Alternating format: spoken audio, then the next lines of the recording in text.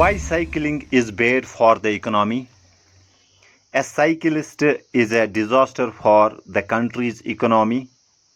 He does not buy the car and does not take a car loan, does not buy car insurance, does not buy fuel, does not send his car for servicing and repairs, does not use paid parking, does not become obese.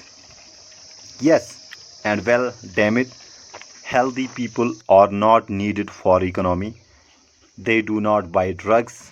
They do not go to hospitals and doctors. They add nothing to country's GDP literally.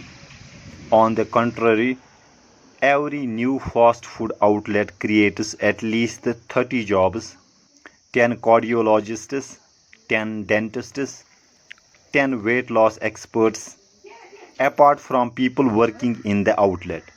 So choose wisely, a cyclist or a fast food outlet.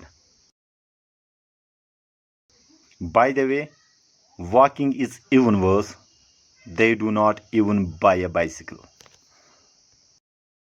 Remember, there is no money in healthy people or dead people. The money is in keeping people sick.